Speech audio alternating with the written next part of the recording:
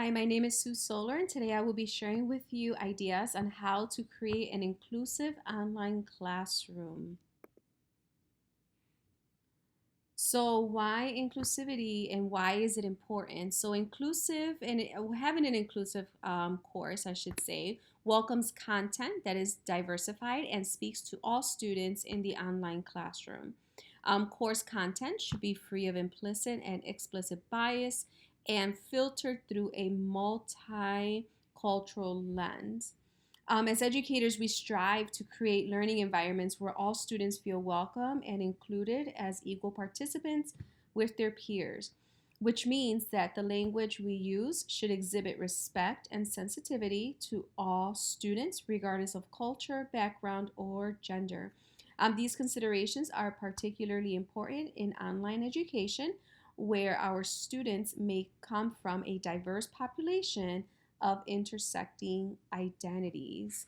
So, I would like to talk a little bit about what diversity is. So, diversity is the practice or quality of including or involving people from a range of different social and ethnic backgrounds and of different genders, sexual orientations, and so on.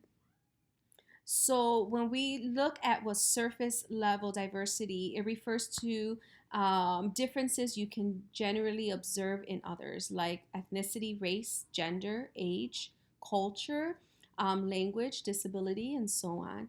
You can quickly and easily observe these features in a person, and people often do just that, making subtle judgments at the same time, which can lead to bias or discrimination. For example, if a teacher believes that the older students perform better than younger students, she may give slightly higher grades to the older students than the younger students. And this bias is based on a perception of the attribute of age, which is the surface level of diversity. When we look at what deeper level diversity, on the other hand, reflects on differences that are less visible, like personality, attitude, beliefs, and values. These attributes are generally communicated verbally and non verbally, so they are not easily noticeable or measurable. You may not detect deep level diversity in a classmate, for example, until you get to know him or her, at which point you may find that you are either comfortable with these deeper character levels or perhaps not. But once you gain this deeper level of awareness, you may focus less on surface diversity. For example, at the beginning of a term, a classmate belongs to a minority ethnic group whose native language is not English. He or she may be treated differently by fellow classmates in another ethnic group. But as the term gets underway, classmates begin discovering the person's value and beliefs, which they then are beginning to feel comfortable with. The surface level attributes um, of language and perhaps skin color become more transparent, less noticeable as comfort is gained with deep level attributes.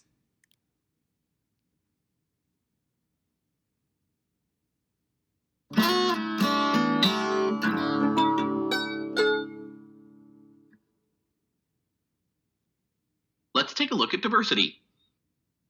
Scholars and practitioners have identified the term diversity in a variety of ways. While narrow definitions mainly focus on race, gender, and so on, broad or expansive definitions tend to look at both visible and non-visible characteristics and differences in individuals. This includes the traditional categories of race and gender, but also people with disabilities, gender and sexual orientation, and other non-traditional categories such as diversity of thought. Examples of broad or expansive definitions extend to age, personal or corporate background, education, and function as well as personality. What unites both the narrow and broad forms of this definition is the concept of difference. Diversity can be defined as the variety of visible and non-visible differences inherent amongst individuals and groups. Put more simply, diversity is the mix of differences that make a difference. These social characteristics are amongst the dominant diversity strands protected by law in the majority of countries.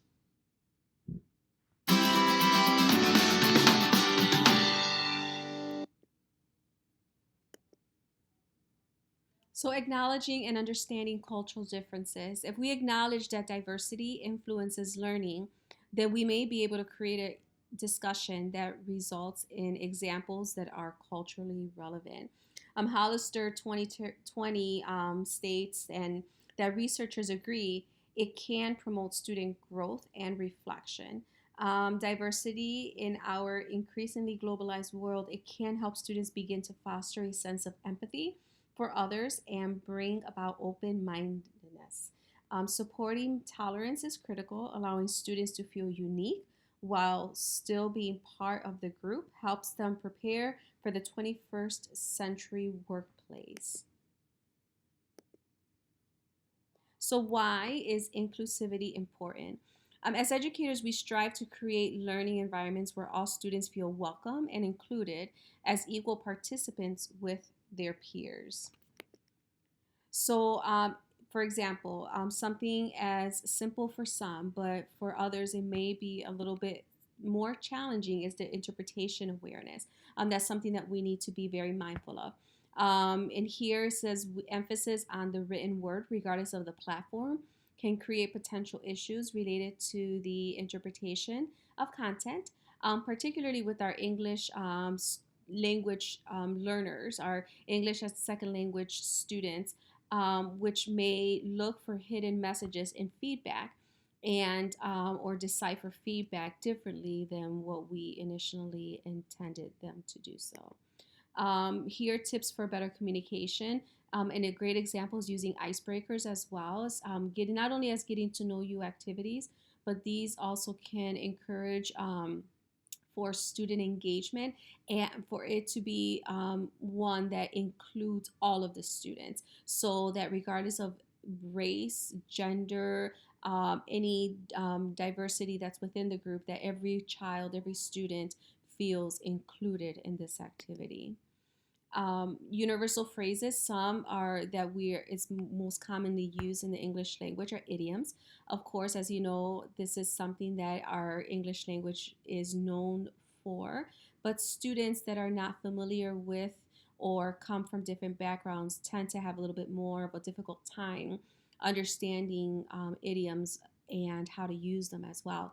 So here we're going to watch as it's pretty much it states the importance of direct instruction when it comes to idioms.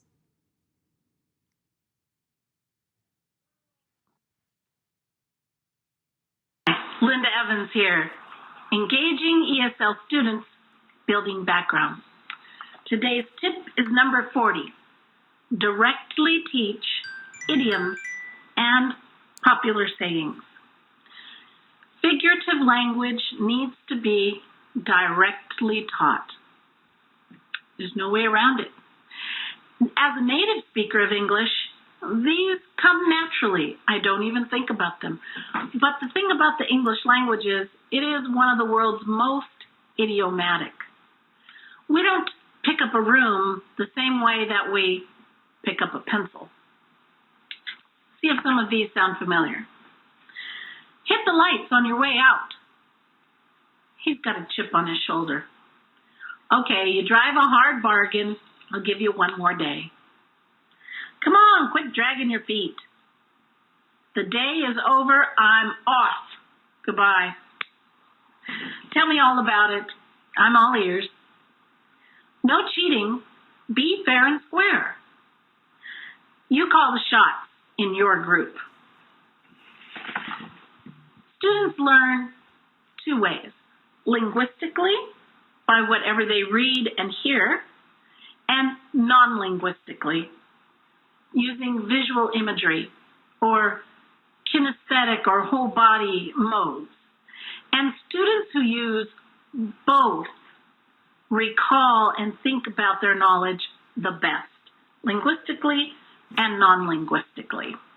Here's an example. If I were using the saying, a drop in the bucket, I could put the saying here and then a literal picture drops in a bucket. But it's the non-linguistic representation or drawing that is the key. So here, and stick people are okay. They still were. I've got me with just a penny and a frowny face because what I really need are all these dollars in order to buy a new bicycle. So the money I have is just a drop in the bucket. Now, the key with using non-linguistic representation with your students is that the student needs to be able to explain the picture. This is the best way of putting their thinking into words. So tip number 40, there's no way around it. Directly teach idioms and popular sayings. See you at the next tip.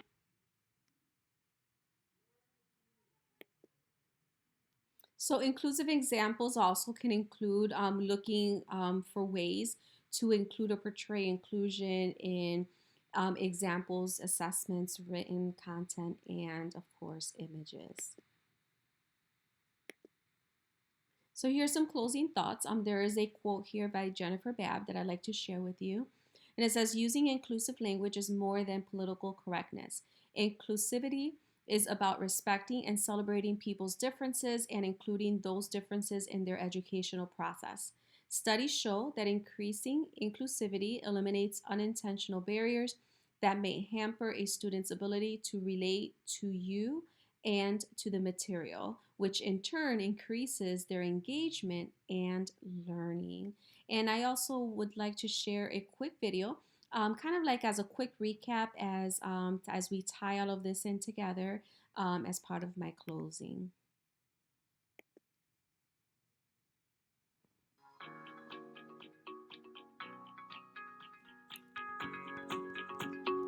How to create an inclusive classroom. Inclusive learning environments address inequities in the classroom and improve student retention. Inclusion is the degree to which all individuals in a community are welcomed, valued, respected, heard, and able to participate. WTCS students are diverse and they need different supports to improve their chances of success. Here are some ways to create inclusive learning environments that meet the needs of our diverse student body. Explore bias and assumptions. Recognize that your experiences probably differ from your students. They probably even differ from your favorite coworker.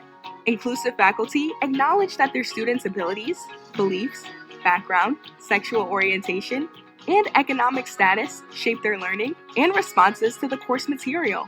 Try not to make assumptions about your students, who they are, or how they learn. Instead, get to know them and allow their experiences to help shape your classroom. Build relationships with students.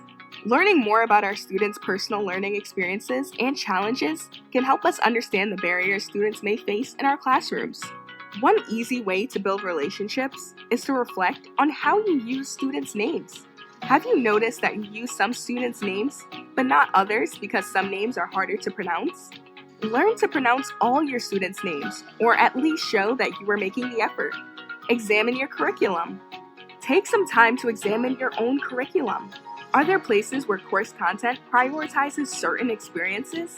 There are opportunities within the courses and curriculum to include authors, speakers, mentors, case studies, examples, and learning styles with varying backgrounds. When students see their own experiences and cultures reflected in course content, they can better connect and increase their chances of success. Creating an inclusive classroom is an ongoing process. You can start right where you are today.